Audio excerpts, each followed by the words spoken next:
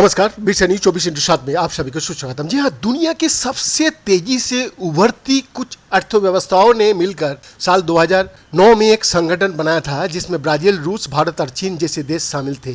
इस गुट को ब्रिक नाम दिया गया था। दुनिया की अलग अलग कोने की उभरती इन अर्थव्यवस्थाओं की गुट का मकसद शांति और सुरक्षा को बढ़ावा देना, विकास और आपस में सहयोग करना था। साथ ही वैश्विक अर्थव्यवस्था पर पश्चिम के प्रभाव को कम करना था।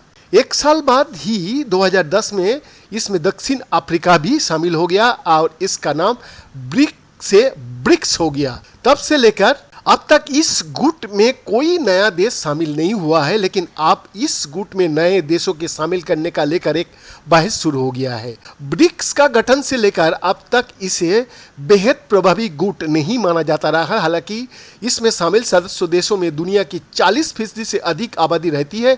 इनके पास 26% क्षेत्रफल है और कुल वैश्विक अर्थव्यवस्था में इनका योगदान तकरीबन 30% है।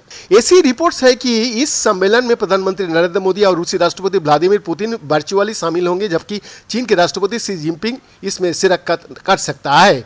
लेकिन चर्चा इस मुद्दे को लेकर नहीं है, बल्कि इसमें किस नए देशों को सदस्यता दी जाए या ना दी जाए, इस पर बहस हो रही है। ब्रिक्स की अध्यक्षता करने के नाते इसी साल जून में दक्षिण अफ्रीका ने फ्रेंड्स ऑफ ब्रिक्स नामक सम्मेलन आयोजित किया था। इसमें उन देशों ने भाग लिया था जो इस गुट में शामिल होना चाहता है। तकरीबन 30 देशों का कहना था कि वो ब्रिक्स में शामिल होना चाहता है, जबकि अल्जीरिया समेत 22 देशों ने इसमें शामिल होने के लिए आधिकारिक तौर पर आवेदन भी किया है। माना जा रहा है कि अर्जेंटीना, मिस्र, Indonesia, UAE, Algeria, Bangladesh, Iran और सऊदी अरब जैसे देश इस गुट का हिस्सा बनना चाहता है, लेकिन इस समूह के भारत और ब्राजील जैसे सदस्य देश इसमें नए देशों के लिए इजी एंट्री नहीं चाहता। बीते साल चीन ने कहा था कि वो चाहता है कि इस समूह में नए सदस्यों को जगह देने पर काम शुरू करना चाहिए, जबकि भारत का विदेश मंत्री एस जयशंकर ने बीते महीने कहा था कि नए सदस्यों को शामिल करने की प्रक्रिया को लेकर काम जारी है। भारत में पाकिस्तान के उच्चायुक्त रहे अब्दुल बसित ने ब्रिक्स में नए देशों के शामिल करने पर जारी बहस को लेकर भारत को रुख पर अपना विचार रखा है। अब्दुल बसित ने एक वीडियो पोस्ट कर कहा कि सऊदी अरब ब्रिक्स में शामिल होना चाहता है, लेकिन भारत इसका विरोध किया है। भारत की आपत्ति को लेकर सऊदी खुश नहीं है। अब देखना यह है कि सऊदी अरब से भारत का संबंध किस हद तक प्रभावित होता है। भारत अभी ब्रिक्स का विस्तार नहीं चाहता है। ब्रिक्स समिट के बाद भारत में G20 समिट होने जा रहा है।